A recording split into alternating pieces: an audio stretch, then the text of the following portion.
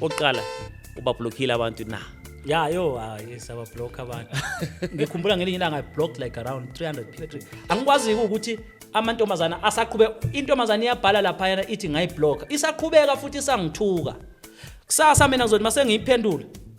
Bese kuthiwa mina ngihlukumeza abantu besifazane. Yingakho ke ngingazange ngize ngenze njani? Ngiba entertain. Uma ngabe bejwayela ukuthuka amadoda abo, mina ngiyacela nami. Asingaconfuseani la kuma social media, yabona? Ngoba mawusuthi umngani wami kodwa ngingakaze ngumeme nje sike sidla ibrayi noma kuthiwa ngiyabhedea okokuqala nje Patrick ngisho kuthiwa ngine birthday angikhumbula ungisendela imessage uthi happy birthday lapho Tsanibe njengomngani wami uyabona manje mangabe usuzothi wena kuma social media ngumngani wakho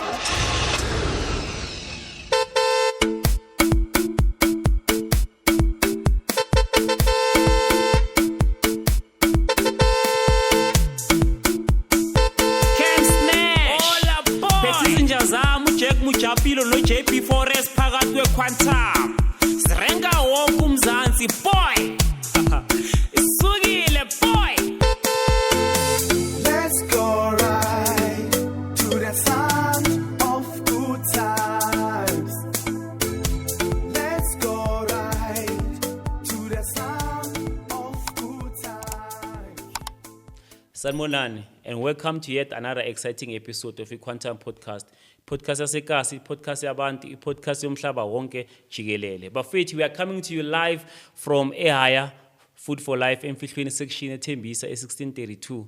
Igama usiyabonga wakamsezani, the one and only umdrayiseni wasekasi e1632. Bafethu, bengihlalele ekhaya, ngisebenzela, aya ngathula notification. Phone yami busy tu ngithi kambani bafethu bathi unasi space ngada ku passenger seat bayakufuna ngale umfanelo bathu live uthi he's looking for a podcaster or a journalist ozohamba ozombiza noma ozommema azobloma naye kanye no Patrick Maswangani bazokwazi ukclarify istory sabo bazokwazi ukuthi umunye nomunye abe nethuba to tell his side of his story so that sizokwazi ukuthi kahle kahle umfanelo ubablockela abantu ngoba kuyatrenda ngapha nangapha kuthiwa umfanelo ublock abantu so unfortunately of Patrick akekho la akakwazanga ukufika but sizomfonela kodwa ngenhlanhla umfanelo ukhona but umfanelo Puti ugrand but siyaphila kunjani hayi siyabonga welcome to Quantum podcast Good evening basho njalo ngesingisi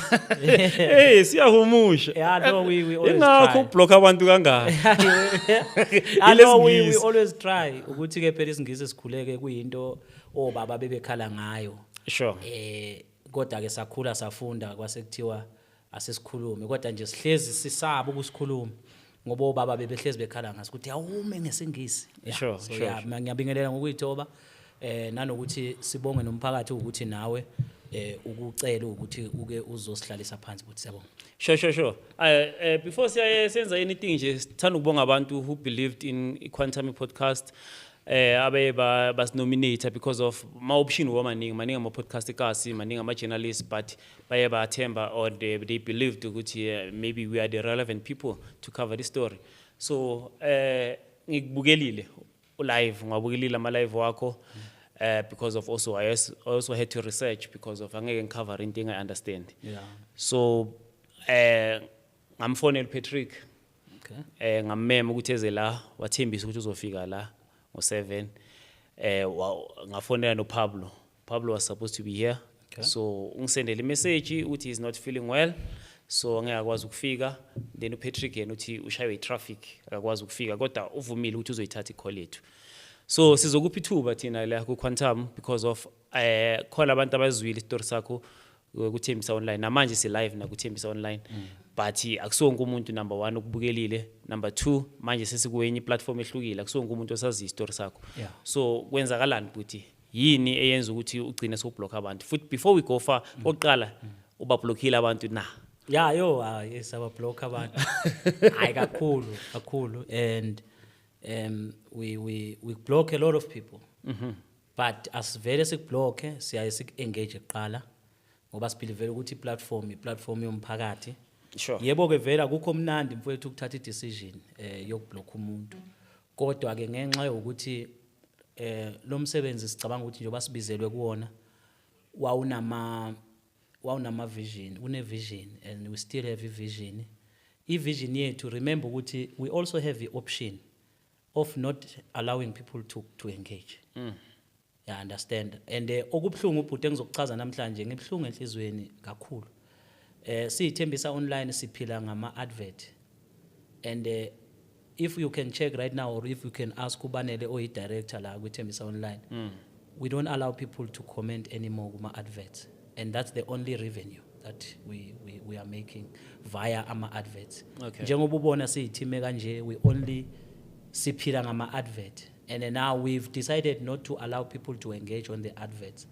I would just post the advert yase Pick and Pay, umuntu angene athi angikuthanda ukudla kwalaphaya, or hey kuyadura kungcono kuphi kuphi. It's just an advert. So kule platform ngibelieve ukuthi ngibhlungu kakhulu because sithatha ama decision engafanele ngabe siyawathatha. Okay. If people basethembisa they understood ukuthi siphila only ngama adverts, they wouldn't dare beze babe namalungelo angaka ukuthi umuntu agcine esezongena kwi advert athi ukudla kwalapha kuyadura and stuff. It's just an advert. Thina siyithembisa online umsebenzi wethu is just to take it to you. Hayi ukuthi wena uzucomment uthi kanjani. So ngoba sibonile ukuthi if sizoya ngokuthi abantu babhala kabi baphola kabi kuma adverts, so what we do, uFacebook une option that bakunikeza yona ethi who can comment. So we just allow only the people that we follow, or sometimes sithi nje angazi ubrowser mhlambe uyayazi inama option yona. So ama advert mawungabona namanje sifake advert yase Midworld. If you can just check eGalfontein, which is a sponsor, or buyer advertiser, they pay us every month. We also have about OPC, about Pick and Pay, nabanye ama department ahlukene, including less okwazi ukukhuluma ngayi Coca-Cola. We go out, we market, we come with business so that sizokwazi ukusustain. There's a lot of abantu abakhona kwithembisa online. How many are we 9 or 11? And then I have an opportunity to lead labo bantu labo. So ama advert abantu asabavumela ukuthi baphawule because bakuphawula kabi ngama advert. So i-client ibuye izothi but now I'm giving you money to advertise on your platform only to get a backlash, which is not what I was giving you money for. So it's an unfortunate part ukuthi abantu kulezi sikhathi samanje kubhlungu because they are not doing that kuma SABC. If ukudlala generations ku SABC, nobody says I'm bored by this advert. You understand? But ke asikho lapho kakhulu, and ngifuna ukuthi ngizokhuluma as if manje sengiyi-victim kangako. But always njengoba siloko sisebenza ku Facebook, we always have ama ways so wokusebenza nabantu. So kuma advert into esiyenzile kakhulu sivele sathi abasazi ukuba nikeza ithuba lokuphawula. I-advert will just pop up, then sidlule sikunikeza omunye umsebenzi. And the mandate yethu since saqala 2 years ago, ngaqala kwi-Generalism 17 years ago, ngangisebenza kwenye i-community station yala eKasi. Angithandi ukumention igama layo because angeke ngazi bayathanda yini ukuthi livezwe igama layo. Ngasebenza khona ngiqale as a news reader, ngaba news editor because ngibe ngumuntu owenza ama research, mangibaphinda bang-appointa as a programming manager. At some point I was acting as a station manager. So my client, ukusebenza nama client has been passion kakhulu, I understand. So ithi ngime lapho but ngingachaza okuningi. All right, siyakuzwa bhuti, but still okay uvumile ukuthi uyabablock abantu. Yes. But awukasiphendula ukuthi bablockelana. Okay. Abantu kuningi siyaye sikubheke ikakhulukazi mina because ngiyaye ngibheke noma ngabe ipost nama comments awu 5000 ngiya kuyo each and every comment. Kufana noNoth. uNoth uthi ufunda wonke ama comments. Yeah, it's very important because khumbula bhuti ukuthi thina amukho umsebenzi esiqhashwe kuwo kuthiwa sisebenza kuwo ukuthi mhlambe ngiyavuka nge-Pick and Pay, no, ngisebenza kwithembisa online. Okay. And into eyenzeka kwithembisa online egood nebad ama account. Sure. And kufanele ngihloniphe ngenze sure kunabantu ke abanoku WhatsApp uthola mhlambe sibhala story kwashelela i-keyboard wabhaleka oku-wrong, people phone us. But hayibo ulungise lapha we rectify. Mhlawumbe uthi bekumele sibhala email kwabhaleka i-female. Bayasithinta abantu kuma WhatsApp. I've never blocked. Sometimes you auto correct. Yeah, you understand. Nanokuthi okunye thina ke sisebenzisa i-AI yabo, so sibhala i-story ngibhala lento kufanele ngibhala lento engiyizwa ngalesi sikhathi ngibhala njengomntatheli because mangifunda i-radio production kwi-4th edition yayithi writing for an ear. So ngibhalela umuntu osuke engilalela ngaleso sikhathi nalowo muzwa okhona ngaleso sikhathi. But ke ukuphendula umbuzo wakho why siblocker abantu, kunabantu uqala kwami ukublock abantu ngobuningi like ngize ngifike kubantu abawu 300 mhlambe to block people. Yo. Yeah, like- Yo. Because ngiwena ku Facebook kuthiwa Yeah. umfanelo unblocka kangakani menzeni. That was a question. So ngikhumbula ngelinye ilanga I blocked like around 300 people. Baze bangibuza endlini ukuthi are you sure ukuthi ublock abantu about 300? No, I think maybe 200 to 300. And Mhlawumbe mama wakubuza ukuthi awudingi therapy. yeah, ngathi no, I'm not angry, it's just that kwakunenkinga but kusho njengoba sisebenza nje ngumphakathi siyasibe sendaweni la sisebenzela khona. So kwaba ne-issue yokuthi kuno DJ wayecele usizo. Ngasave inumber yakhe njengo DJ owaziwayo, so ngazi wayenenkinga personally, wanted to come azo address this issue emphakathini. Ngazi wayentshontshelweni ukwakwenzeni njani, I don't know, ngisakhumbula. So samcela ukuthi naye eze njengabo bonke abantu, siyasifike lapha yana ngo3 by past 3 siyazi ukuthi sesikhona. Abafethu mangabe ngakafiki mina basuke sebesetaphile because Mondays siyakhona.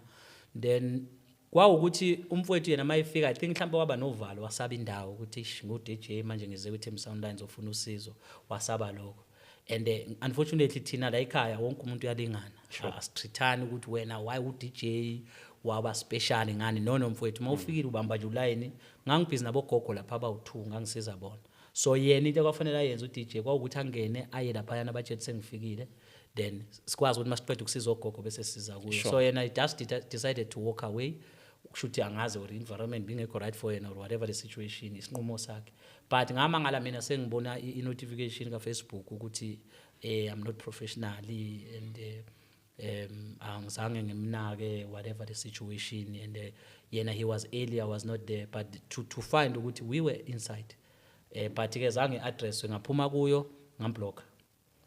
Ngabuya ngingakamblock abangani bakhe laba abanye aphuza nabo bangena baphawula ya like abanye yabona kunokuthi kwesinye isikhathi thola umuntu akakuthandi nje kwayena Njengoba ushilo uthi omunye nje uzona nevoice yakhe. ya umunye uzonda nje ngendlela engikhuluma ngayo uyalokukhuluma ngiyamnyanyisa ngeke size sishintshe bhuti leyo nto leyo yabo. But ke engikwazi ukuthi thina ke sisebenza kanzima njengokuthi kukhona into engingakayishintsha hayi ukuthi ngistubborn, but ukusebenza umsebenzi ngazitshela ukuthi kumele ngikhulume isiZulu.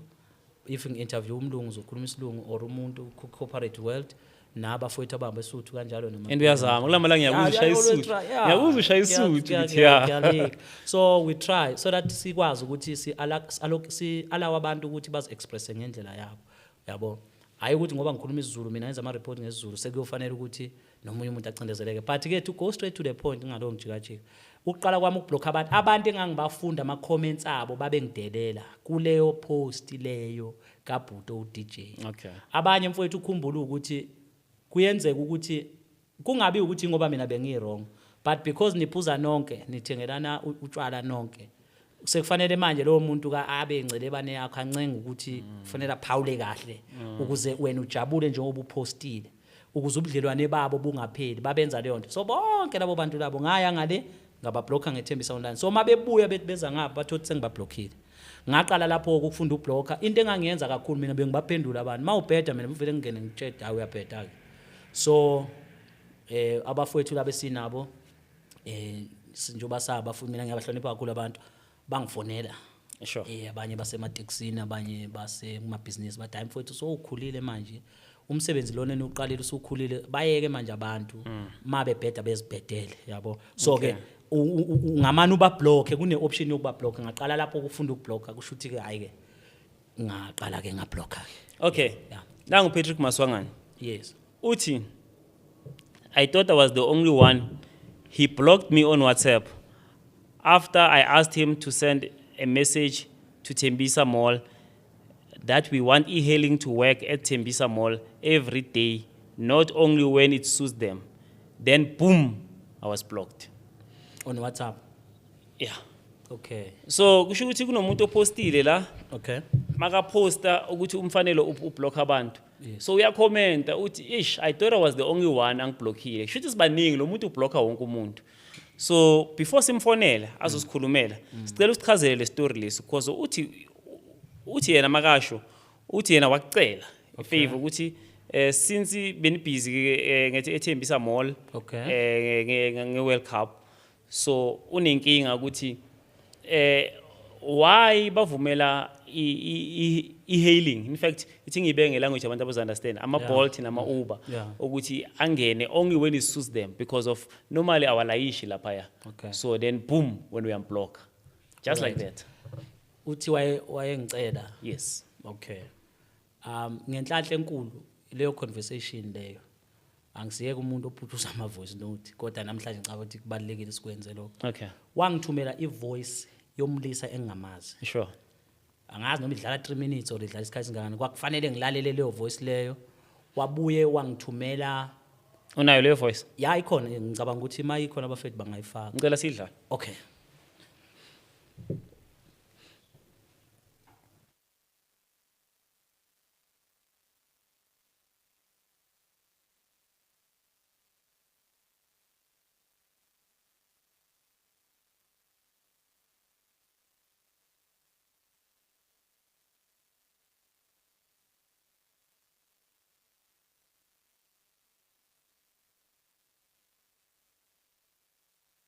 Isikhathi ngifuna ukuphuma enkomishini ngibodwa hayi no lento abayenzayo lena manje seqile manje ingale kwesandla manje ngendlela ebenza ngakhona mangizwa abafethu bekhaya lapha ngiyimali lezi bathathelwa zona lapha yana ngenxa yesimo somsebenzi lo ngekho futhi umsebenzi wakhona ngoba ungena emall phela hayi kuthi uthola itrip e200 nje matrip nyana nje asangene kodwa manje bafuna ukwenza imali amathikithi wabo lawa athengiswa online abantu bawathengile bayabuza nalapha emagroupini but manje siyobuya ngani aba-organize ama-transport wabo lama-taxi wabo laba wapakela bawabeke lapho kube yiwona aphusha letho ngoba thina masingena lapha eNakuze ngishuthi thina senzela bona ukuthi maye bakwazi ukucirculate imali because thina won't make that profit out of lento yabe ezobiyenzeka lapho kuzobe kubenefit yabona kusasa sibuye sihlukumezeka futhi kungenzeka kungukuthi zikhona zona legebengu lezi zihluphe kwakhona lapho futhi because lapha nokuthi uyaya uthola imoto yamaphoyisa eNakuzane ye-security laphayana uzikutshela ndoda ubuya uyifunekela ubone bekugwajisa ngoba ayikho into ozoyenza ugcina usushile lo 20 noma lo 50 izitolo zaseThembisa Mall ziningi man uzobathe busy khona laphana ephapu iyangena ithatha abantu umthatha umuntu laphena ukuthi mawuphuma bayibambe ngaphandle bathi hawu layishile la eNakuza athi hayi ngibuya naye busy khona lo muntu lo uRicha sesingalayisha lapha kokuthi bathi uyishesha hayi into zaseThembisa Mall nje abake bayiqondise nje inkulumo yabo babafuna ukwenza ubudlelwane nathi sikwazi ukuthi senza into sikhululekile hayi ukuthi sisebenze ngaphansi kovalo ukuthi sosaba abafana kube kweminye imizi labantu abasifuni basinyanya labantu laba mabangasifundanga isifundo namhlanje angazi ke ngoba abo driver bethu abamameli zobathola sebagcwele lapha bebhayiza ababhizi basitefela laba sicefezela sifakela ama voice note la eNakuze hey kuthi eThembisa Mall kwake hey umsebenzi wona uzoba ukhona uzoba umuhle kodwa manje inkinga ukuthi thina kula ekufanele ukuthi manje senze njani sibafundise isifundo babone ukubaleka kwethu ukuthi sibaleke kangakanani ngoba la mfuthi siyakwazi ukubambisana nabo o driver abaningi abadrive imoto ze-staff bathathwa yithina ekseni kwabona laba besquad imoto ze-squad abalali nazo lapha emkhukhwini yabo bathathwa yithina sibayise ema-rank kodwa emini basigubha basigijimisa labantu laba sikhomba ngeibhamba shaya labantu laba phula imoto zethu banemkhuba nje sangene ngoba manje ukhumbula ukuthi le event le mayingahamba kahle bayazi ukuthi thina sikhona as an alternative bazosaba bayekeleni ba waste because i waste lapha nabona amatenda lapha nama-truck lapha ngiyabodwa hayi kubhizi kuspendiwe mabangayenza into yabo ukuthi ifail ingaphasi noma le mali yabe bayispendile ingabuyi kula bazobona khona ukuthi hayi iUber iyadingeka la abasikhulule nje abakhulume nje into eqondile bona sisakwazi ukusebenza labantu laba bayekela ukudaka hayi namhlanje kuphela insuku zonke Kunjani bhuti le message angazi ni address kithi or eMall of Thembisa nanokuthi angithi mawufuna thina sibe ukuthi silandelele indaba yakho kufanele ubhalele thina bhuti uchaza ukuthi hayi mfowethu kunodaba kukanje ningasisherela ama screenshot wenu okuwukuthi nikhuluma into zeni la nikhuluma khona yebo Bona bhuti hope you good mngani wami ubhuti wami nobo mngani wami uyazi futhi yazi la ngifuna ukuthi ngichaze something sibonile i-video enena i-share about i-viewing ya today yaseThembisa Mall nokuthi sizwe nokuthi namhlanje kwamukelekile specifically ukuthi ama-Uber nama-Bolt angangena athatha abantu, angangena aletha abantu, and then saba nokuyidingida nama-driver throughout. Thingithi mina igoli lonke cishe wonke amalokishi siwazisa le ndaba le ekhulunywa lapha. Kwaba nombiko obuyayo kithi ukuthi njani manje le mall le sifuna ukulalela ikhalo isifuna ukusebenzisana nathi, kodwa sonke lesikhathi bayabona imoto zethu ziyaboshwa laphayana, ama-driver ayalimala laphayana, iy'mali ziyathathwa laphayana, amaphoyisa ahlala laphayana, kodwa abazi-address lezi zinto lezi. Kodwa namhlanje bayakwazi ukuthi babe boldly baphinde ba-announce ukuthi sivumelekile ukuya lapha. Ngaqala-ke indaba yokuthi no phela ngeke sikhone labantu bayasidelela, abasithathile engcondweni because bayawazi umbiko. And phezu kwaloko masiyibuka futhi lento kuthiwa iyenziwa namhlanje kuphela. Sho ukuthi kwamanye amalanga khona umuntu ozoza namhlanje abone kusebenzeka athi hayi nakusasa athi uyabuya bazambamba, ikuzawulwiwa futhi. So sithi thina akucondiswe igwegwe, kuboniswe indlela e-right yokulungela yokwenza izinto. Bona mabahlale phansi ne-IPTA noma nekhetha le wonke nje i-taxi association elapha emall, ba-addresse this problem, banikeze ama-Uber indawo azosebenzela kuwo permanently, amonitoriwe from lapho ne-security yabo isebenzisane ne-mall. Abagibeli babo bathole ukuphepha, bathole i-transport ngendlela e-right. So sizama ukubonisana ukuthi size sifikisane lapho. Kodwa angazi-ke wena mfowethu sikuyophuma kuwe-ke ukuthi lento uzoyithatha kanjani, ngoba ngizwa nje i-respond yakho ayikhombisi umuntu ofuna ukubambisana nathi.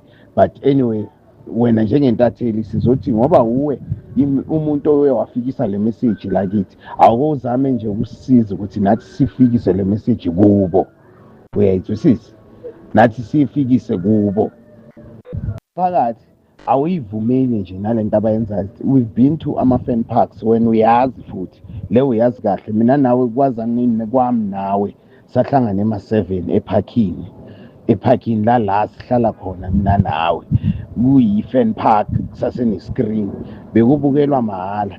There were different sponsors lapha, Coke ngiyakhumbula bekuyenye yama-sponsors beyikhona, beyisponsorisha ama-fan park for free. Abantu bebabukela ibhola for free, bekungabhadaliswa, bekungakhokheliswa ama-80 rand nani, and ne-DSTV nani zonke nje lama entities abekhona, ama-sponsorship abekhona bawasponsorha ama-screens. But this one siyenzwa ngenye indlela-ke manje, sinama-fan park kuyabhadalwa ini akuzwisiseki. So sina sithi sisama-Uber drivers sithi no, nawo umphakathi awube neqiniso, uhlala ukhala kithi ukuthi kanti waye singawuthathi lapha, kodwa bazobona futhi bazofuna ukuphinda basuke bahambe baye lapha. Abazi ukuthi noma bayale thina singendawo bazazibona ukuthi babuya ngani. Yabona, siyibeka njalo nje. Yazi bhuti, before nje ungifaka ukuthi ngahlala phi, ngazini, ngangazi ini, ngabambisana nawe, ngangabambisana nawe, asikwenze nje kube simple. Kunalento ekuthiwa i-media statement, not ama-open letter esekufanele manje siwapublishe thina. Send me a media statement nisho ukuthi nina i-role yenu ningobani, nenzani, this is your voice. Thina sishare leyo voice yenu, uyangi-understand? Angingene ndawo mina ngoba manje ngiyabona niyangifaka la, uyayithola. Bekungemina ngedwa bengelaphayana ke, intatheli uFloyd ubelaphaya, nenye intatheli eKempton Express ibelaphaya. So ngenhlanhla ke kusho ukuthi nina nibe nenhlanhla ukuthi nilandele iThembisa online, nayibona ke ivideo sabuza leyo mbuzo siyibuzayo. But the way ukhuluma ngakhona, ukhuluma ngathi manje sine partnership nalabantu, or nami ngiphathi abantu abaplenayo. Angiyona i-Mall of Thembisa mina. Mawunesikhalo angisi association. Number 2 angisi Mall of Thembisa. Mina as a person okwi-media, whether ngiyafisa ukusebenzisana nani or not, njengoba kususho wena, send the media statement, thina si-share media statement yakho ukuthi nina nithini. Don't send me the open letters and voice overs. All right. Ngiyawezwa ama-voice note. Yeah.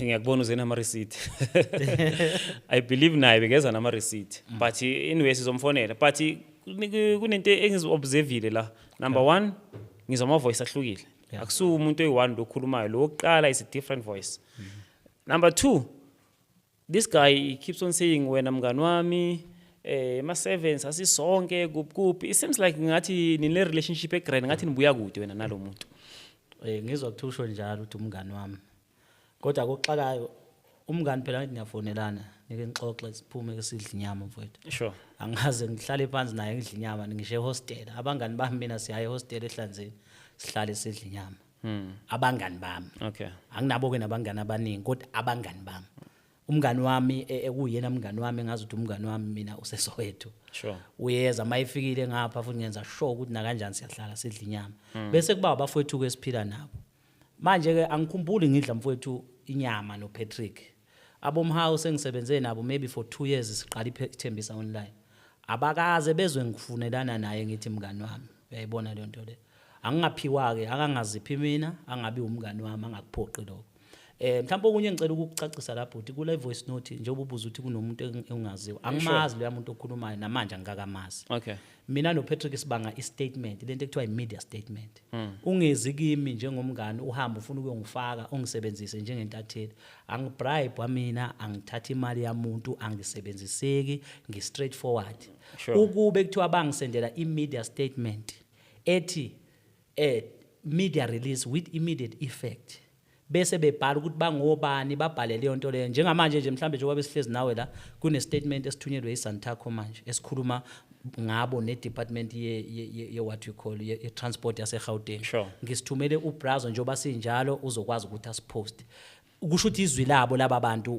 bakhuluma ngeinkinga zabo beyiSantaco ne department ye Gauteng it's a media statement so if you send me a media statement kulula kimi njengentatheli ukusishicilela nezinye intatheli zesibone kwazi kube yizwi lenu ningafuni ukusebenzisa mina against the mall I don't work like that I'm very neutral umsebenzi wami ake ngenze nje example for that matter angithi uyabezwa la ku voice note mabechaza bathi bona balwa nemall bafuna ukwenza sure ukuthi lapha njengoba kufakwa amatende kuyi fan park ye World Cup ye Coca-Cola bafuna ukuthi leyo nto ifeyile banayinto abayikhohlwayo ke mina lapha yabe ngingasebenzi nemall of Thembisa bengisebenza neclient iclient iubani iCoca-Cola okay iCoca-Cola wena uqashwe iCoca qashwe iCoca-Cola awuqashwanga imall not imall okay sure umsebenzi wami njengethembisa online is to shooting spread the word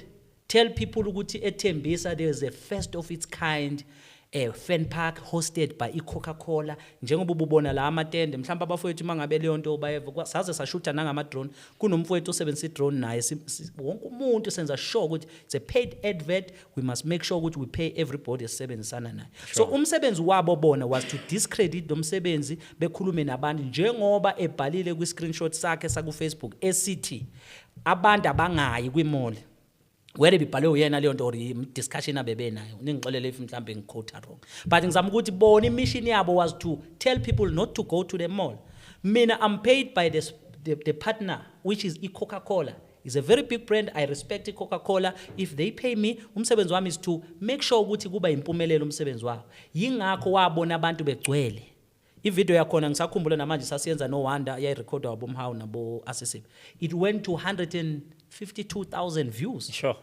you understand it shows ukuthi iclient was happy when we send the insights iclient ibhadala imali yayo ikhululekile because umsebenzi abasicele ukuthi sibenzele wona unjani nowenzi uphumelele uyimpumelelo abantu bebegcwele kwipark labantu bona bebe ngabafuna ukuthi baye kwipark bayileke ngoba kubalekile ebhuti ukuthi uma ngabe usebenza thina into esiyenzayo we look at economic opportunities okay sithembisa online sisebenzisana neCoca-Cola angalanga ke bhuti ukuthi ngithi sizosipublish story mawulalela ivoice note yami ithi senda ini imedia statement sure ngicela ukusho ukuthi why ngithi uPatrick akasende imedia statement okay number 1 uPatrick uyiyo yonke into ekhona emhlabeni Understand ngizokukhuluma lokho namhlanje ngoba yisi isikhathi sokukhuluma and nami ngize ngidideke ukuthi lo muntu kahle kahle uyini lo muntu lo mhlambe namhlanje uzokangiphendula umngani wami mina ngiqala ukumazi hayi njengomngani ngangiyofuna ukhansela what 78 kwathiwa no umuntu okuyena ozokhuluma okuyena committee elikhulumayo la kule ward uPatrick Maswanganye uye iward committee lika khansela jikijiki nini uyispokesperson sika khansela sekujikile uyi-ANC manje futhi uye useyi-Action SA you understand so mina abantu abanjalo no sekuuye futhi sengisendele message useyi-Bolt angazi ukuthi uba inhlangano noma ngiyaba respect abantu adonimali but mangithi senda i-media statement ngizothini mina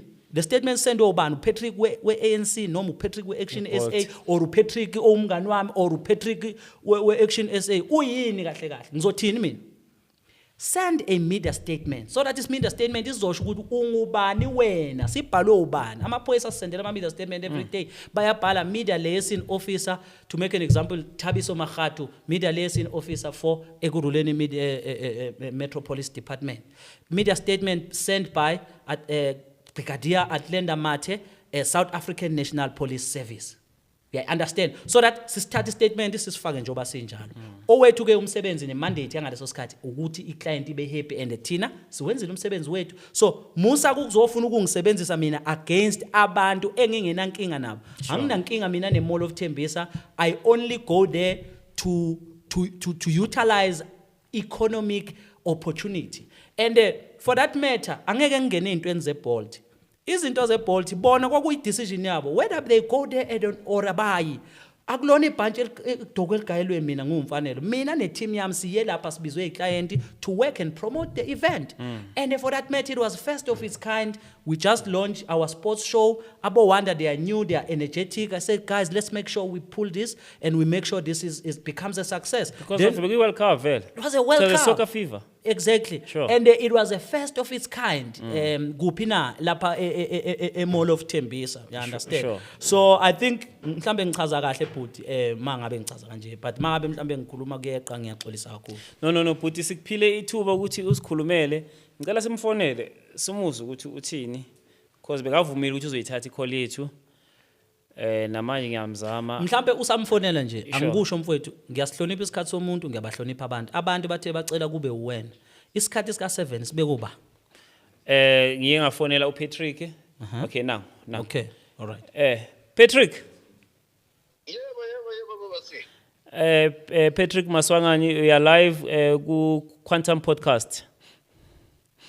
Yes ngiyabonga kakhulu good evening to everyone olalele nobukele Peter couldn't make it to the studio man due to my work lo ngiyenzayo currently. Okay, please hold on. Let me talk to my son guy. Are you happy? Can you hear him?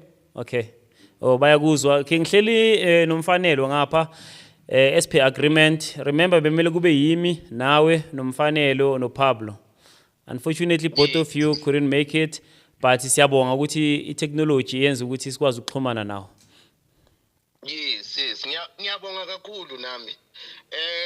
I guess ukuthi I had curiosity you understand iside la kamfanelo ne frustration yakhe and ngoba bengibukele ngilalele ngiye ngayibona ukuthi iyini usuka kuliphi iside because I felt ukuthi mhlambe kukhona la mina engimnyathela ama cons noma engimoffendile noma engimnyathile khona hence I unblocker understand so but now in this case uye wachaza ukuthi yena iclient lakhe iCoca-Cola so he was there to do umsebenzi wakhe lo awupromise kuCoca-Cola le embadele so obviously mina njengomuntu oye wabona ivideo engiyibonile nabafowethu ababone ivideo sayibona le ethi e-hailing it's allowed to come and pick up and drop off eThembisa Mall only on the day of the event sithathe ngalendlela esithole ngayo thina asizanga sazi ukuthi yena uze ngani simthathe as intatheli ehlala njengoba hlala intatheli simazi ayintatheli but manje ukwazile ukusitshela ukuthi no phela I was there being paid I was not there as ithembisa online as in a journalist. So mina benginenkinga yokuthi uze yena athi kuze yena aze angiblock size sibe nalokhu hwebhana lokhu kube wasifikisa la sikhona beyisuka phi le ndaba understand. So but manje ngiyayithola clarity, but let me just come deeply into it ukuthi mina from eqaleni ukumazi kwami mina umfanele from Thembisa online ngikhulumele kakhulu kulesimo esikuso singasabuyele emuva kakhulu ngoba sesichaziwe into eziningi. Mina ngimazi ayintatheli and I believed ukuthi any event ebakhona whether it's big or small or it's charity or intatheli has a right. By virtue of being a journalist, you have a right to go there, capture it for the community because you feel ukuthi community ingalendle. And I believe ukuthi if there's different views as a razor with members as a community, you still have a right to raise them. However, ucorrect makachaza ukuthi uye wacela i-media statement ephuma kithi. We understand ukhuluma iqiniso kuyiqiniso loyo nto le uyichazile kimi njengoba ne voice note ichaza ene mina angibuyelanga kuye ngoba ngiye ngahamba ngayothintana nethimba lami ngalibekela ukuthi hey bafowethu nasi statement esiphuma umfanele ucela incwadi ebhaliwe echazayo ukuthi sithini ikhalo zethu ngale mall. Then yen uzobona ukuthi yenza njani. Unfortunately my secretary didn't come back to me. Naye ngumtshelile usecretary ngathi yabona you didn't come back to me ngale letter beyifuneka. Look at today sengifacana nale blunder. And then mina ukuze ngiraise indaba yokuthi umfanele ungiblockile on my side. Ngiraise ngokubona ipost ka Ken. Yona leyo Ken ayipostile ukuthi hey umfanele ublock abantu uyabo. So nami mina bengazi nokuthi abantu bakhulumele page le Thembisa News because I don't comment on the page. Ngithola ama updates liyangisiza lela page ukwazi ukuthi kwenzakalani emphakathini wakithi. So ungiblock personal hence nalapha ngiyachaza ukuthi no ungiblockile ene mina only raised issue e-hailing and not understanding. Uyabona if bekayichazile ngalendlela eshilo ukuthi mina mfo ngiyiclient kakhokho angingeni ndawo endabeni zani zeThembisa Mall. So okwamanje ningangibhalela istatement mhla seku writing ngizopublisha leso statement ngabe ngumzwisisile. So mina naye azange saba ne understanding hence indaba yethu isale ilenga and then ekulengeni kwayo yaphinda kwaba into yokuthini yokuthi ngiyablock. I wanted to say it ukuthi mina nomfanelo ubudlelwane njengoba umuzwa kutshela ukuthi ngiyinto eziningi ukhuluma iqiniso vele kuyinto eziningi vele uright makachaza ukuthi ungazi ku-ANC ungazi ngiyi-ward committee ungazi yabo zonke lezi zinto asichazayo kuyiqiniso vele izinto umuntu ozenzela i-personal choice yazo engeke ngizichaze okwamanje ngoba we're not on that subject.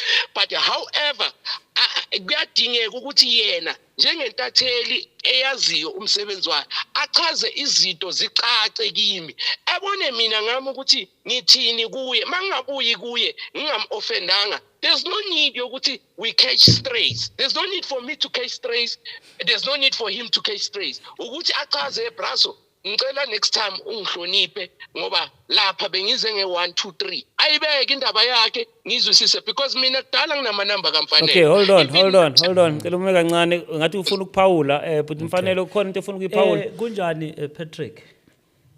Yebo ngiyaphila bro. Hayi asiphile mfowethu. Ngiyabonga okokuqala nje angisho ukuthi imbono yenu ngokuzama ukulungisa izinto ezenzeke emphakathini yayi right ne message wena eyakho voice note yakho yayi right ibingekho inkinga ngalokho mhlambe angikukhulule lapho uyabona bese ngithi kuwe number 2 kune voice note ne screenshot owakuthumela engike ngakubuza kuwe ukuthi ubani lo muntu okhulumayo kuze kube namhlanje angikwazi ukuthi ubani lo wayikhuluma and lo muntu uze ukhuluma ngisho inhlamba uthi ngisho abantu bamatekisi nabemoli bayanidakelwa iyona into ebekufanele ngiyithathe ngitshela abantu bemoli leyo ukuthi nithi bayanidakelwa noma futhi ngiphinde ngithi mina abantu angeke nize nizobalayisha nifuna ukuthi ibusiness lela abalizamayo le World Cup lifaile. Awucabanga ukuthi ukube kuthiwa wena wavele wathumela imedia statement ngaba ngizange ngublock ngoba manje mina sibanga imedia statement mina nawe. Number 2, ngabe namhlanje asihlalanga la asikhulumi ukube wena ungenanga epageini lika Ken Pablo wazofakazela abantu abathi mina ngimubi ngezandla zokublocka abanye abantu. Ngicabanga ukuthi ngaba sikho la ngoba ngakubloka ngaphuma kuwe.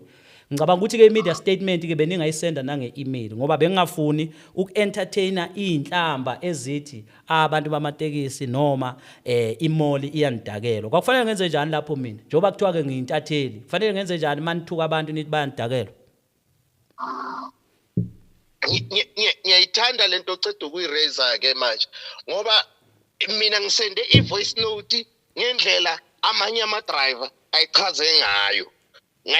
Ngayiletha kuwe ngale frustration leya engiyitholile kwamina from other drivers which you felt ukuthi this is wrong and namanje mase uyichaza uyiphawula ngiyayibona ukuthi vele ibe nokuthukana ibe nenhlamba phakathi i-wrong kodwa leyo into wena njengoba ngiyisende kuwe personal bekumele uyibuyise uyabona njengoba ungitshela manje uyibuyise injalo kimi ukuthi endwa hayi izinto eziso mina ngeke ngizithatheni kule voice note oceda ungisendela oqala njengobusha angimazi lo muntu uyishilo I think leyo system kuyathukana la akusiyinto engayithatha le for ngicela ungabe uzoba professional nami yonke into ayize ngombhalo siphume kuyo uyangiunderstand so mina you need to understand ukuthi into engise ku Ken bengana clarity mina ukuthi why ungiblockile. I was also confused because inhlonipho engihlala nginayo kuwe inkulu kakhulu and I call today so I was shocked ukuthi why suddenly out of the blue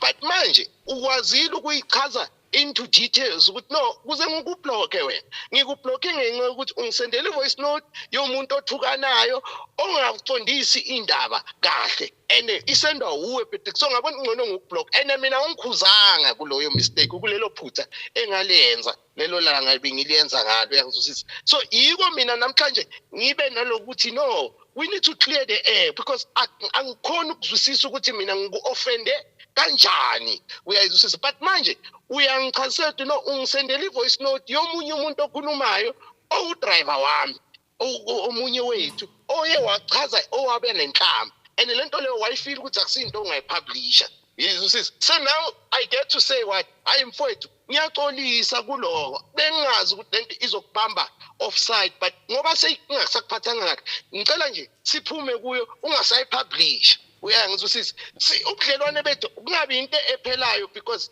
angizazi mina kusasa mina ngisase umfana omncane ozamayo empilweni angizazi kusasa impilo izongibekaphi angazi ukuthi wena ngizokudingaphi ngoba uyilungu elikhulu kakhulu emphakathini elidlala a very important role as usho ukuthi uPatrick uchange njalo ukhuluma iqiniso as we speak right now mangayibeka kahle kune proposal efike kimi ngobuningi ukuthi asike siqaleni i-team sicaleni soccer team ezoba khona ezo-assist ezongakwazi ukuthi isize nalabantwana bakwazi ukungena naku-PSL in the long run ngathi yazini abantu they are busy proposing this soccer team thing and kula ngizodinga abantu abanjengani ngoba ngizodinga ama-sponsor ngizodinga uyi-stakeholder automatically so mase ngenza izinto ezinjalo ziphumelela or ngithi ngenza into ezinjalo ngifuna usizo ngizomdinga umuntu ofana nawe eduze kwami angidingi ukuthi ngize ngibhene the bridge yobudlelwane bethu because mina anginankinga nomfanelo anginankinga nomsebenzi eniwenzayo ngiyawuthanda ngithi awuchubeke kuye phambili ngiyayiqhenya ngawo ngiqhenya nangamanye ama-group nezinto nabantu nje abayenza kahle emphakathini so angifuni ukuthi kube ngathi mina ngime ngi-stumbling block to i-success yasethembisa noma yabantu basethembisa hence ngithe asihlaleni etafuleni sike siyichazeni siyidinga ideni le ndaba ukuthi yikuphi la sinyathelane khona ama-cons alright before sifika lapho bhuti asimuphi ithuba naye futhi aphawule mfanele ngiyakubonga mfowethu lokho kushoyo futhi nami ngiyakuhlonipha lokho kushoyo yingakho ma ungathi uyabheka ipage lethembisa online ma ubheka lapho ngakuwe liyavela ukuthi awublockiwe khona lavela ngiblokwanga awucabanga uzibuza isizathu sokuthi why ungablockwanga epageini njengoba ngachaza ngathi ngiblockwe ku-WhatsApp ngoba page ipage awukaze mfowethu kwipage ube nenkulumo elumelayo noma inkulumo enohlevana uyayibona lonto le ngizama ukuthi ke uma ngabe wena usuzotholakala kuma page adiscussa ngami nala kunabantu abangithukayo ukhala ngokublockwa nawe lapho bese uzoveza izinto othi wena personally iku WhatsApp kusho ukuthi nawe ufakazela la abantu othi baya ngiyabablock kusho ukuthi mfowethu mina ngiblocka umuntu ngokwesimo saleso sikhathi yingakho nawe ngikublocke ngenxa yenkulumo elumelayo enenhlamba engeke ngikwazi ngisho ukuyilalela nendodakazi yami endlini ngoba nithuka abantu bamatekisi nithuka abantu basemall uyayizwa le nto leyo yingakho ke ngagcina ngokuvala ngemessage ethi thumelani imedia statement ke mfowethu kube nayithumela nanamhlanje ngabe sayipost ngabe sayipublish ngoba emall siyakwazi ukuya khona sizothi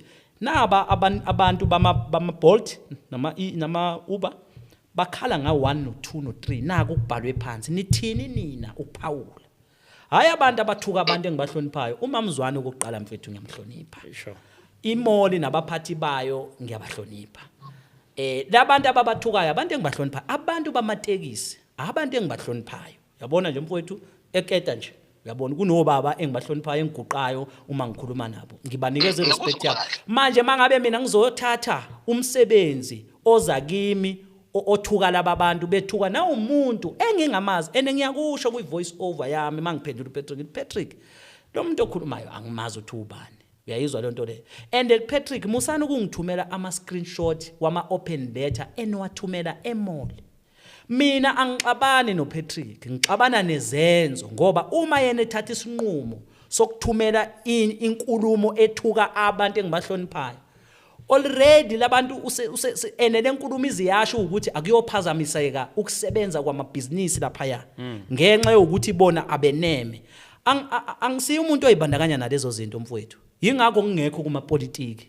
uyayizwa le nto le into ediscredita abanye abantu angihlangani nayo ngicabanga ukuthi namhlanje ke uyayithola ke impendulo ukuthi ngamblokelana angikaze ngithi emphakathini uPatrick wabamubi mangokuthi inkulumo yami niyena ayifunda angizange ngithi uPatrick wabamubi mina ngithuswa ukuthi ngibona uPatrick usebhale kuma page ubhala ngami ufakazela ukuthi mina ngiblocka abantu kusho ukuthi into engiyenzayo iwrong yena yini engakayinuka amakhwapha awubona uwrong wakhe naye uyayizwa le nto le musu ukufakaza epageini la kunabantu abangithukayo yabona nje kunamantombazane lapha ya angicasuleka bayangithuka and angikwazi ke mina umuntu wesimame ngiyamhlonipha kakhulu angikwazi ukuthi ngizothi ngiyabaphendula ngoba sebekwenye iplatform Sure. angikaze ngibaphendule omunye umuntu uzoyibuza ukuthi yini uqonda uPatrick bengifuna nje ukuthi address noPatrick mfowethu ngisho uTaibo nangu noPatrick angikwazi ukuthi amantombazana asaqhube intombazana iyabhala lapha yana ithi ngayiblock isaqhubeka futhi isangithuka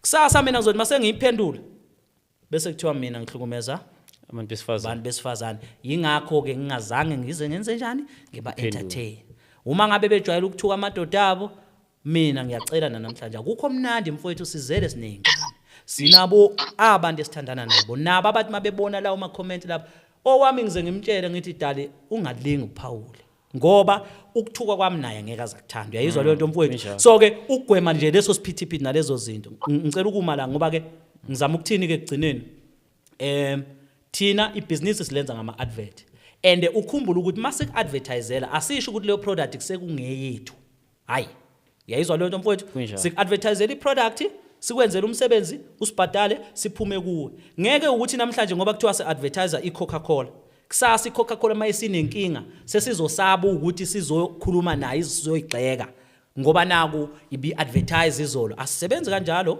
u-advertiser namhlanje makunenkinga namhlanje sibuyela kuwe sithi hey umphakathi uyakhala la Sure. sikhale ngiyabona Yeah. All right. But I wish you were here. Njengoba besivumelene bekuzoba lula kakhulu usikhulumele la but I'm glad ukuthi sikwazile ukukuthola ngefoni. But remember more than everything this is not just ukuthi ukhulume your side of your story nomfanelo but more than everything ukuthi sibe ngamadoda sikhule and make peace.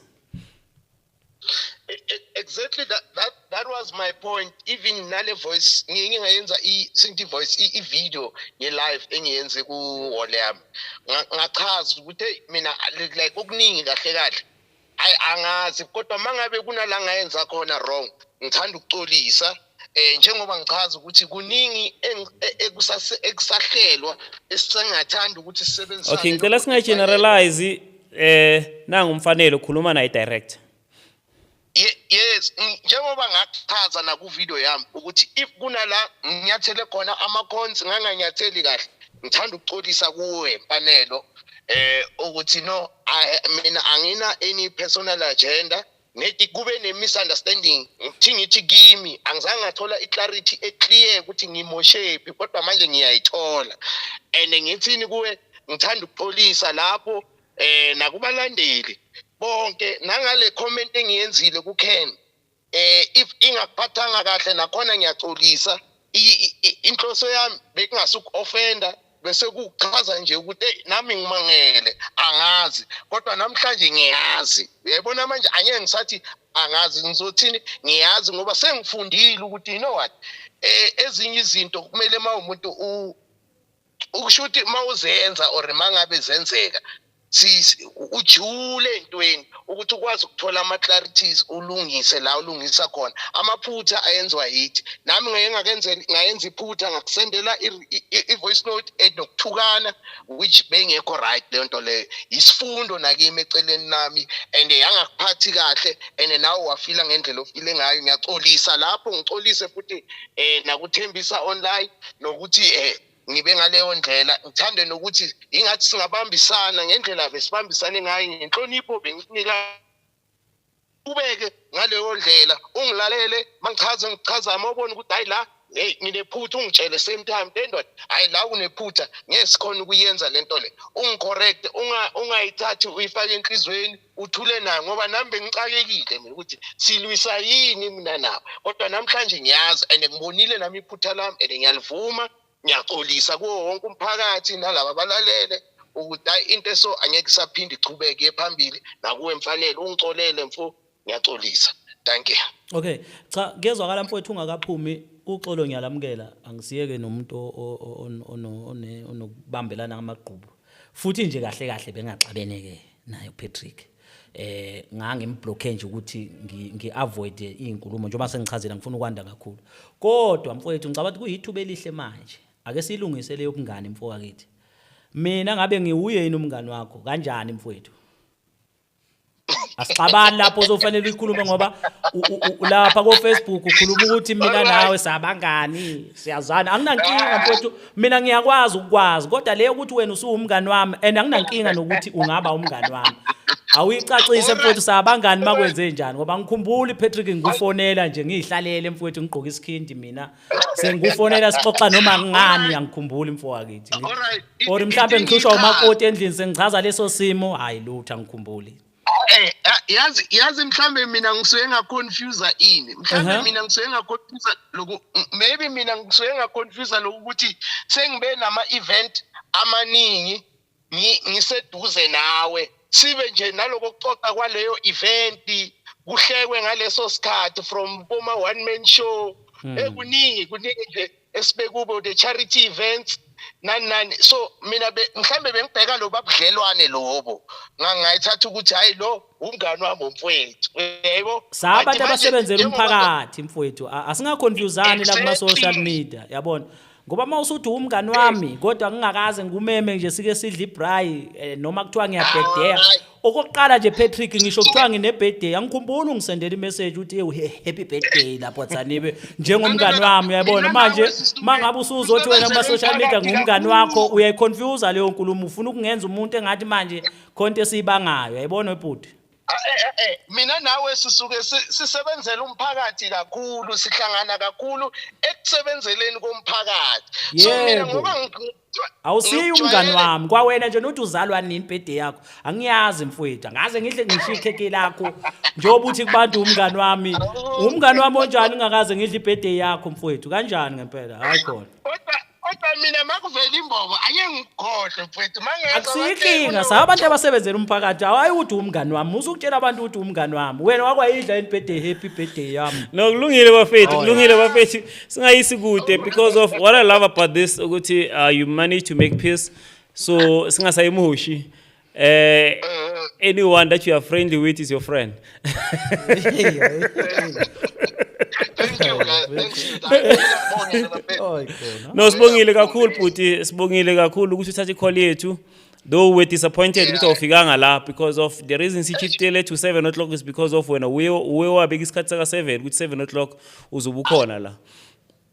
Asifisi baba siya manje yazi mawusebenza nomsebenzi we-e-hailing lento ngeke uyipredict uzositshela ukuthi ngizoshaya iround ngiyojika lapha ngiyabuya ikuthathe ngikhuluma nawe ngise-Cosmos City ngihleli la ngicakekile and ukusuka ngapho ubuye ethembisa elinye ipetrol so kumele umuntu azame asebenze until azabuye lokishini kodwa ngiyabonga kakhulu manje ngibonge kakhulu and ngiyaxolisa kuwe nawe siya ngokuthi ngaveli e-studio but thanks a lot ukuthi usinikeze le platform na how you handle things you didn't choose side you chose facts and wachaza wasinikeza i-platform esharp kakhulu for both of us thanks a lot and nakuye ufanele thank you Patrick.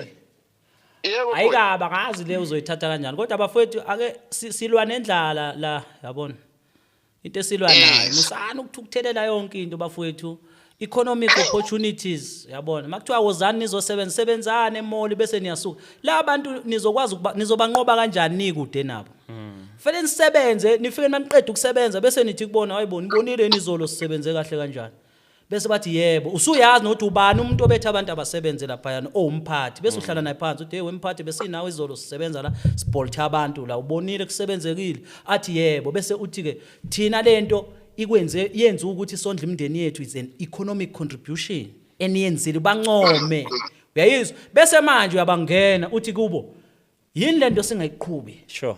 uyabona why lento singake sizame kube into lokho iqhubha ngalona phikisana nayo yonke into kunonthuka abantu hayi sondela kubantu mfowethu ukuze ukwazi ba influence abantu yabo ubancoma abantu uzuncome nenwele uthi awu what a beautiful hair uyayibona lento lo ajabula umedem lapha yana bese uyamngena akunikeza ibusiness wondla ingane ubhadala abasebenzi osebenza nabo impilo iqhubeke osiya nabo benza ama podcast abo kudlule babizwe nabo kuthiwa hayi last besinothembisa online akeze usiya kulokhu naye afika athola isinkwa lapha yana uyabona ungene kumedem uthi beautiful uyayibona hayi ukuthi usuyashela cha beautiful nje athi ukuhleka mfowethu uthola imali ngoba inhloso yethu ukuphila njoba nani incenga nje kwiBolt siyanthanda abafowethu abasemateksini bonke nje sabathanda mina nginankinga abafowethu kodwa mina mangibhedela ngizokublock Sure. yeah Alright lalela ke bhuti siyabonga kakhulu bhuti njengoba umfanele ashilo ukuthi angaze nadla inyama together so manje ke mina ke ngiyapropose asabe siyodla inyama nomfanelo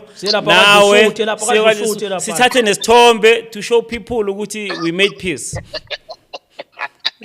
No leso sipele sibe khona vele ziningi idombe zakhe nami kuhole yami hayi sifuna lesi ke samanje seprove ukuthi sigrand siyabonga bhuti ke ube right mfethu usebenze kahle mina ngavailable I'll make time for that one I'll make time as long as singazi ukuthi ilanga lisonge isikhathi so before dlule lapha kadle usuthe lapha ungasitsheli ngeBolt ukuthi hey akwazanga ukufika hey traffic hey Cosmos City siyabonga bhuti usebenze kahle.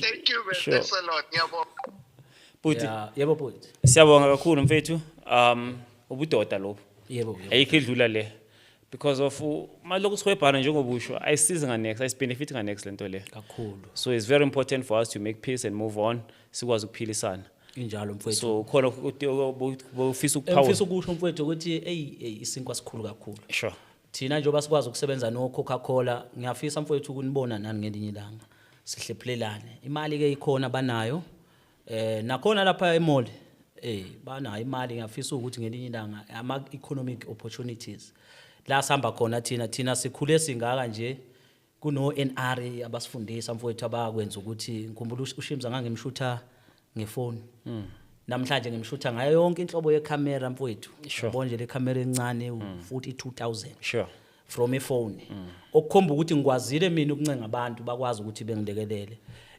njengoba ubona nje sinethimba abafowethu abakuyibona abashutha abasebenzayo nawe ngiyabona mfowethu ngiqala nokwenza i-makeup namhlanje angisiyeke umuntu we-makeup ke ngenxa yokuthi ke nginenkinga yesikhumba kodwa ngimhloniphile usisi owenza i-makeup ngoba ukube mina nginqabile ukuthi angenze i-makeup shoot mina sengiyodila nama consequences ngoba lento yenzayo is part of economy i-contribution so mangizonqaba ukuthi ngoba ngithi nginenkinga yeskin njoba ngiyenzi makeup kodwa namhlanje ngiyenzile ngokuhlonipha ibusiness neopportunity usisi aze nayo uyayizwa No, le nto but angisho kuya-communicate because of that's why abantu abaningi siyababuza before siba make-up ukuthi une-allergy kanjani. Omunye sometimes siyamshaya ngebrush nje kuphela ukuthi angashayini kuphela. Ziningi Hayi, ama-option ngibonile maningi. ukuthi akafakanga into eziningi uthe nje okay. uyayibona lento leyo so ke ukube mina manje sengiyanqaba into ayisukela ekhaya uthotha isasebenzi Sure. aphinda abe umuntu wesimame ngiyathanda ukuthi bahlezi be right kakhulu asiphinde sincome futhi abafowethu abafana nabo Ken Pablo no Bhuti lapho Madiba uNdelasi Sure. bayizinsizwa elokishini abantu abawu best masikhuluma ngecreation nawe mfowethu mina ngithanda iprogress ngithanda ukubona abantu beya phambili Sure. thanda I'm not perfect zwile abanye bangibuza ukuthi wena innocent ngeke mfowethu mawumuntu ophilayo nanokuthi futhi mawumuntu ungeke ufane nemali imali angithi sonke siyavuka noma ungathanda siyayithanda uvuka noma ungathanda kodwa ke akusibo bonke abantu ukuthi bayasithanda mfowethu asikuvumele lokho sikwamukele uma ngabe mhlambe enkulumeni zami futhi kunabantu abayaye bengathandi noma mhlambe ngiyayikhulume kube ngathi ngumuntu ongaphekwa abanye abantu hayi cha bafethu ayibencane ayidlishela ngisiye lo muntu loyo ukube kuthiwa ngangakhethile nokuba intatheli ngabe nginamahloni kakhulu ngabe ngumuntu othanda nje ukuyihlalela endlini ngiyibukele nje ama-video uyayibona lento so ke ngizama ukuthi uphaya mkhulu kakhulu bafowethu ethembisa ama-content creators njengayo uKen Pablo into engiyibonga kuye kakhulu mhlawumbe uzozibuza naye ukuthi yini lento oyibonga kakhulu ukuthi ukwaze ukucreate i-platform yabantu ukuthi bakwazi ukukhuluma ngokukhululekile Sure.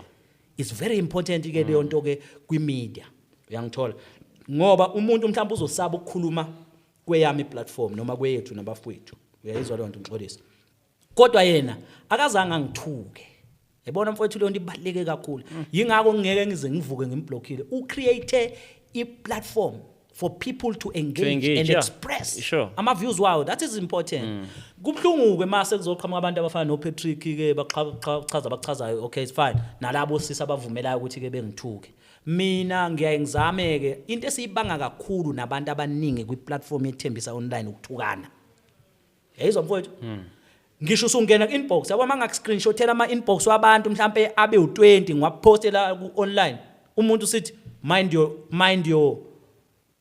your language on this platform mabe ngake beveza ama responsible abantu besifazane umuntu ubhala into ethi nje mind your language on this platform akuthuke mfowethu azakuthuke ngamasende ngixolise nje uyayizwa leyo nto leyo abantu ke labo uyayizwa leyo nto ngixolise nje ngalolo limi Hayi kodwa uBhuti Phakela uthe akusihlamba le. ya uyayibona leyo nto mfowethu bese mina ngiyayibuza ngikene mina ke ngiya research ngisebenza kakhulu nalabo amaphoyisa ababezothi crime intelligence Sure. ngiya research mfowethu wena uthi ukucomment sengiyazi ukuthi ubani wakwabani usonta kuphi udla nobani ugroove kuphi ngileyo nto nje ngisebenza lowo msebenzi ngiyabheka nto bese ngiyabona hayi makuumuntu enginokubona ukuthi izithombe zakhe eziningi or umuntu nje enginokubona usematshwaleni makwenze ngenhlanhla ngithola inamba yakho hayi kuwese lapho ngithola nokuthi ukuphi uyayibona leyo nto leyo inamba yakho ya register nini rikha kanjani yonke leyo information leyo umsebenzi sesiubheke yabona Sure. uyi risk wona kodwa ngizama ukuthini ke umuntu avela kuthuke akutshela ukuthi ungazongitshela ungangixwayela marete how ngokuthini ngokuthi mind your language on the platform bese kufanele ngenze njani mina nami ngiphendule nami ngikuthuke Cha. ngenzani ke mina ke Block. ingakho namhlanje ke silana Alright, before sivala mfethu kunento ezimbali ngingafisa ukuthi sikhulume ngazo Yebo, bhuti. ngizizwe ku live yakho. Yeah. Ngeke ngakhuluma ngesafety yakho last time ngi-interview la. yes So nguzothi baye bazama ngathi ku kidnapper kanjani. Can you share that story? kusho ukuthi ngithola ikholi kwakuphuthuma nje bahlezi befona bephuthuma abantu yeah hey say how are you I'm good can you talk I say no don't worry I got your number from the pastor we are looking at growing businesses in the township and you were chosen as one of the fastest growing business you are employing people and you are on the eyes of the people every day we would like to make a very good investment in your business. Okay, and say, what is that investment about? They say, no, they send me a website check. We are the world, what fund? Yabo. I said, no, but I really feel we can't discuss such matters. futhi ba relax, it was a very planned kidnapping. So Okay. akhuluma asichaza ubani wakwabani. Ngithi mina no, we are interested. Bese ke aqala abuza ukuthi what do you need in terms of equipment and everything. Ngithi kuye no, mina we have like an equipment that cost around $500,000 that we use, but I don't think we need much of an equipment. It would be just additionally. Mhlambe ke bangafaka in terms of staff nama salaries, but then or if kuukuthi funding yabo is only based kwi equipment, sesingakhuluma ke sibona ukuthi mhlambe singayithatha le equipment, but it's not something that we need. Asidingi equipment, yabo, ukuphesha nje lapha nalapha na. So ke bese yena ethi kimi no, let's talk about it, then we'll find a way. Can we meet? Mina ke ngiyangithi abantu abezithembisa ne come sinabo baba basigadayo. There's a security company 24/7. It's called Dibata Security and Risk Management. Even ngisho ngilele endlini makunento engayitholi nje bayafika within 9 minutes or 4 minutes they come. Sure. They make sure whether sinamanje njoba ngihlezi nawe nje njoba ngiphethe ifoni yami la 3 seconds nje ngayi recharge. Yeah, ngiyazi ukuthi I'm exposing, but now remember ukuthi noma mina yami ngayiphethe khona abafowethu, so they can always do that. And sometimes bayakulandela. Like let me just make an example, you see. You see your account already, it's an emergency. So if ngiyayivumela, it goes to them, it calls them automatically. So when you can take my phone or basendele location nguphi, what's happening. So that is the kind of security scenario. Then kunaba baba bofana nabomlia baphinde babe semateksini banama security companies. Kunabo baba futhi We also captured him here. Yeah, so banabo benza sure ukuthi si right. But ke ngenhlanhla enkulu ke asihamba isidelela abantu ukuthi manje sekuthiwa sisaba ukuhamba njoba njengamanje njoba silana nje ukuthi sekuthiwa siyasaba. Cha, asihamba isidelela abantu, siyabahlonipha abantu. Siphila nje nabo baba, siphila nabo mama, siyabahlonipha bonke. So now what happened ke ngale ndaba bese kufika ke usuku lokuthi athi lo mbolo umuntu let's meet. It's okay we can meet. Then what is your location? No, I'll share the location, anginikeze address. Maye nginikeze address into engiyaye ngiyenze ke mina before ngiphume endlini, even noma ngestory ngiyayichecka kwi map ngibheke indawo enjani mangase kwenzeke kune emergency singaphuma ngakuphi. I've done that. So now when I was doing that, ngithola ukuthi this place isolated. So is the last line ye Pomona. And izindlu and from lapho isiganga, it's isolated. Automatically kufike kimi ukuthi no, that's not the place ongaya kuyo without check background in yonke into. Ngifonele ke icompany le yama security ye Dibata. Ngimfonele ngithi mnumzana ngiya kwi meeting la, I don't trust. Indawo yakho is very isolated. Kusho ukuthi uma kungenzeka anything, it can only take 2 minutes for those people to be isolated. Kube kuphelile. Akusiyo indawo business hub. Sure. And they would check ukuthi mhlawumbe indawo esesentini kuphi like indawo nawo bona dai lapho. Yaphithize. Yeah. So angiyithembile ndawo.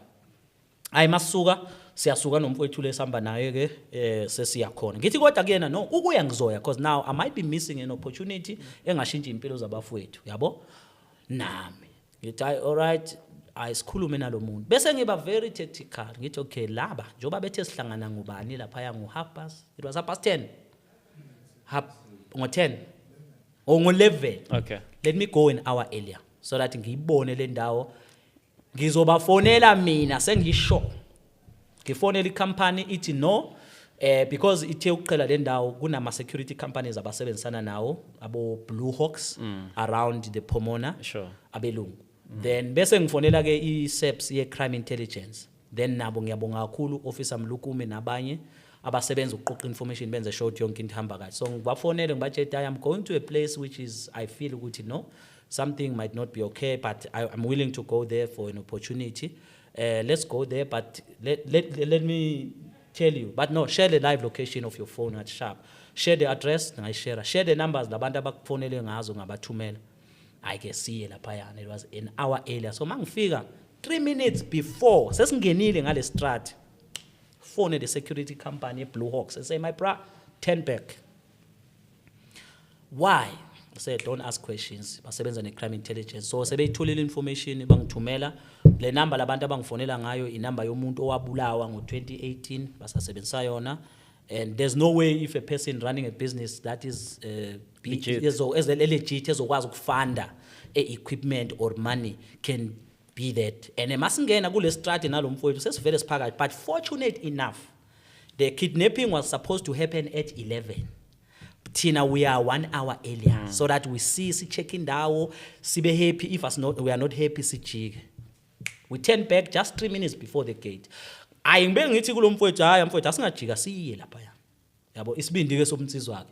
Sambe lapha masifika. nakhona ube neproof ukuthi vele lento bezoyenza ukuthi ngina kanjani. Fike lapha mangifika sengiqalile sengiyashootha manje. Left, right and center. Ngishoot rear, front, left, right. Naye ngimtshele nawe shooter so that if mhlambe kunendawo engayiboni. So sihambisa imoto kancane siyaqala siyashoot istrati. Isolation lapha kunama mafem phambili isiganga ngapha. Siqale shoot even nalabe kufanele ngithathwele khona shoot sicheke nezimoto ezingaphandle shoot ama number plates so that we know ukuthi wobani aba owner lezi imoto. Shoot. It's an hour earlier. It's just 3 minutes before 10. From there 6 minutes past 10 besiqedile sesenza investigation manje ukuthi bengizokidnashwa sengikukhohlelo sengiyasebenza ngiqoqa information for the crime intelligence SAPS ngibuye ngibasendele ilocation yami remember it's pinned by Pete ne security company ne crime intelligence sibuye ngimthinte officer then bangithumele this report ngiyibona oh okay I vele number it's a deceased person yona bayisebenzisayo ngingabatsheli abantu then sijike masibuya masingena la ethembisa sihlalele phansi masiqala sizibambela ukudla siyashaya isikhathi sika 11 makushaya isikhathi sika 11 ngimthumela isithombe lomuntu lo kuyena obengifonela mangimqeda ukumthumela isithombe ngimbuza ukuthi is this the right place engize kuyo na yena uyitshela ukuthi ngimegate yayibona so ngimthumela lesi sithombe how emva kwaloko amakhole bese ngiwathola ngifonelwa abantu ngifonelwa abefundisi shoot those people ilabe bekufanele bezongikidnap sebeyafona which way we don't see you this and that my brother please this and that ngidown asetataziranga phela mina ngitshelwanga ukuthi all this guy siyaqala yena said no I'm running late I'm in a meeting pastor so and so will phone you bangifonele ngale number mabe ngifonela ngale number ngiyigrab ngiyinikeza amaphoyisa ayicheck nawo athola ukuthi no ayirekwanga ngisho kureka so ngisihlalele manje sengizidlela ukudla ngiziphuzela udrink bona bayatatazela bayitshela ukuthi sengilapha ya. Then they went there mabefika was an hour earlier than them mabefika namhlanje abakaze babuye bangifonela so it went that's it so umthetho ke amaphoyisa especially the crime intelligence and task team and security company they work very hard abantu abenza sure ngesafety yabantu nayo yonke leyo imagine ke if it was not for umuntu ofana nami okwazi ukucabanga ukuthi nangaleyo nhlanhla noNkulunkulu nedlozi so yeah that was the story. All right no siyambonga uNkulunkulu faith ukuthi you are safe. And obviously more than everything nje iskela important yabo because of lento ifundele into ubuntatheli ifundele so that's why ku easy ukuthi uobserve ukwazi ukubona ingozi sesekude and ucheck lento yeshoyo ukuthi uyachecka before endaweni ukuthi ke mangashuba ngizobaleka kuphi kuneba kuvaliwe kuphi broom gate ngakuphi makuthiwa ke uyashuba then ke sikuzwile ke ukukhuluma ukuthi abantu bayakufonela abantu bayenzani nini so if umuntu ubona istory because omunye mina ngimzwile athi ke yena uPatrick futhi athi ke wathi makabona uMinister of Education wakufonela wakutshela wathi woza ngapha and stuff so nina nisebenza kanjani Thembisa online mangibona istory ngireporta kanjani kini mawungena lapha page there's 2 numbers kaBanele is a creative director bese kuba eyami I only have 1 number Banele une number 1 nawo la abahlezi bezama ukwaheka every day but ke siya survive athina because we don't press on ama link I don't press the link noma abekuthiwa ngithemba kangakanani mangithumela ilink ngiyakutshela screenshot ngiyibona so that's why we are safe but then sitholakala ku 0713297697 inamba yami you can WhatsApp sometimes if awungitholi you can just leave a WhatsApp try ukuthi mhlambe ke if akupress ukuthi ungasend voice note just type so that sometimes senza ama production for example njengamanje ngoba shoot uyakhona ukucheck WhatsApp mara voice note ngeke uyimame voice note ngeke ngikwazi ukuyilalela so if mhlambe uyakwazi ukucheck ukusibhalela imessage just type but ke challenge siba nabantu abaningi abazi introduce try ukuthi uzintroduce hi mfanelo mina usiyabonga Msezane from the Quantum podcast kune situation endaweni ukuthi nokuthi then if ifone ayibanjwa then Also just send to Banele 067 063 5887. Naye uyatholakala but yena ke siyaye sicela ukuthi ningamhluphi kakhulu because uyena umuntu obheka ibusiness abantu bama business abafuna uku-advertise ama invoice nani uyena umuntu obheke lezo zinto but then mawusubona ukuthi kuyapressa umfanele wamthuli ungamzama mawube nenhlanhla uthola ukuthi unokuzwa sithi asesipho Fikland Derek Phukela banomunye sihle ngwini uthola ukuthi uyabazi abo-Wanda K abo-Cody nabo ngakhuluma nabo but for entertainment ama-artist abantu abafuna ukufeature uThembisa Online Entertainment you can also call us and or if uyamazi uCody ungamthinta naye ukhulume naye sports uWanda ukhona you can also contact us Sipho Fikland if you happen ukuthi uyabazi it makes your impilo yakho ibe lula but if kuukuthi mhlambe you just want to feature on sports kuWanda or entertainment uyi-artist ufuna sikuphushele ibrand yakho just kuyenzeka unreject abantu akwenzeki bhuti okay umuntu esimrejectayo uyi-1 ilo ovela athi niyangisiza noma ningisiza yeah then senze njani ukuthi nizimisele ukungisiza noma nizimisele senze njani ke mfethu une-attitude phela ma senze njani before sivala is important ukuthi abantu bangangishaya ngakhuluma ngamagawuni yeah yes angeke sivale singakhuluma ngamagawuni number 1 concept yamagawuni that's a dope concept thank you so much yeah ibuye happy ize kanjani and ngiyabona abantu bayithanda kakhulu so and manje ngiyabona futhi of course with your experience and stuff niyazama ukuvala abantu ubuso ngaba exposed and stuff so asitshele nge concept yamagawuni bangabhoreki abantu i-concept yamagawuni is part of our therapy sure mawungathi uyakhumbula kunescene engangi-attende esiphethweni la ngafika abafowethu laba beduduliwe lapha maybe more than 30 bullets unfortunately amaphoyisa ake abengakafiki and mangiyaye ngifike kwiscene so mangithi ngizoshootha sometimes utholi labantu asikwazi ukubashutha basavuliwe so had to go emandiyeni and buy ama-plastic so that sivale labantu bangabonakali igazi and stuff then sikwazi ukushutha ke bese ke siyahamba so now mawufika endlini you are traumatized isikhathi soku-attenda i-counseling asikho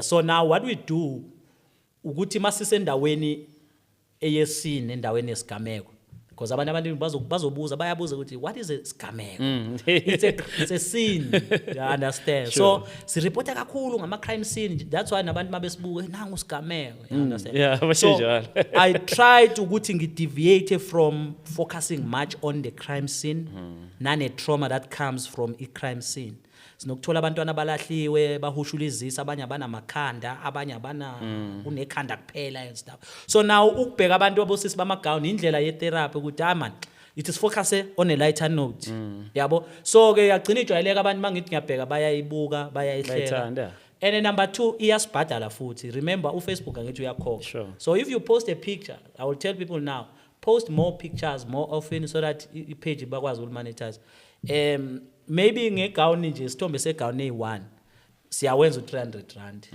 yeah on a busy day angithi ibalwa ngamadola kuba I don't know if it's $35 or 20 or 30 so iyakwazi ukuthi sisize silekeleleke ezintweni zama-transport ama-data njengoba sihlezi sisebenza ngama-data nayo yonke le nto le then ke emalini advert ke nama-gig ke abafethu abawashuthayo bayakwazi ukuthi ke batholeke imali zabo ama-salaries and also thank you so much to ama-business wala iThembisa ukubala abo-hangout abo-the parliament abo-OBC Pick and Pay Mall of Thembisa mapha amanye brother ngobukhosi abomasinga dibata sorry allstars.beds ibona abantu abakwazi ukuthi basinikeze imali then mhlambe nohulumeni understand because sometimes na nokuvela sometimes avele simenzele leyo nto esimenzela yona sibhadale then abafethu bakwazi ukuthi clear push ngoba into eselwa nayo kakhulu mfowethu selwa nendlala you understand so na abantu ke I understand ukuthi futhi nasekasi kunama podcast amaningi akhona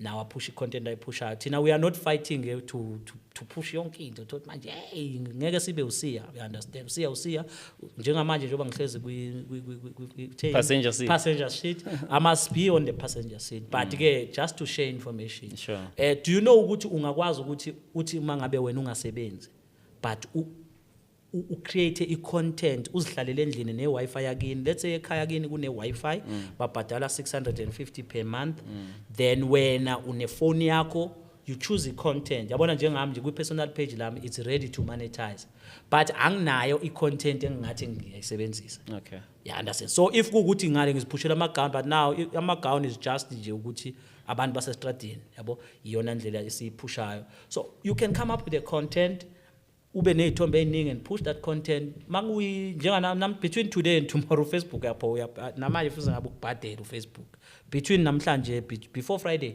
ama-content creators will be getting paid kwi-Facebook they pay as much as imali engakhona kuya ngokuthi usebenze kanjani abanye like 15k 20,000 abanye ngabona abanye abafethu like 59,000 bazihlalela umuntu usendlini yabona njengabosisi laba abalosisi bathu bani abo bani umbali lo benosamukelo lo mfana kaTira lo banokudlala lo mdlalo wabo ngathi bayathandana Yeah. Nabutanaka and then they're getting paid those people a lot of money and angisho ukuthi I have the figures but I think bona mawubheka ama reactions wabo they go as far as like I just ngicela ukusho angithi kunjalo but I think mawubheka ama reactions wabo they go boma 80k a month bayayithola so every 28 days uFacebook uyakwazi ukubhadala abantu then abantu bayakwazi ukuphila nikwazi ukuphusha izinto so you can just be at home ungabheki imali kahulumeni kuphela just create your content do the Facebook get it right make sure ukuthi awupost izinto ezingathandeki yabo ama-suicide inhlamba stuff just be clean and push i-content yakho hence sometimes nathi njengoba sithuka kangaka yabo khona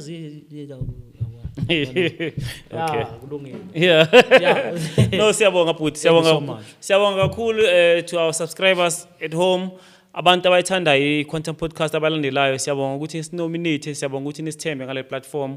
Siyabonga nawe bhuti ukuthi uvume ukuze uzocleara i-story sakho on our platform. Yes. So yeah, in closing, please just look at your cam and bese uyazivalelisa. Mhlambi nje usishayele into edume ngayo. Usitshele ngesigameko.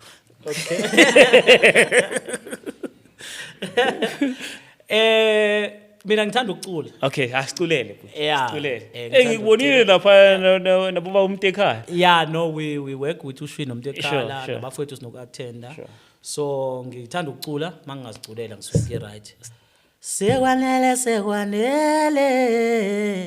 enough is enough enganabantu besifazane niyabahlukumeza phezani manje enough is enough sekwanele ma umthanda kanjani umshayelane uzwa kuthini kuwe makusekusene ngasenamazinyo enough is enough kwanele manje igama lami ngumfanele uPhenyi Bheshungi ngwakwaDzanibe ngumavela zimezele zonke intombi sithe ezinye indlama zamanqono ethu kuhlancanza ehle ngembe zomuntu uzayideli izimantombazane ngabusakhala umuntu nje oyizamela emculweni kamaskande bese ke ngiba umfanelo uPhenyi Bheshu wakwaDzanibe kuThembisa Online njengentatheli ngibonga ithuba sibonge nakuyo iQuantum thank you Siyabonga bhuti. thank you bye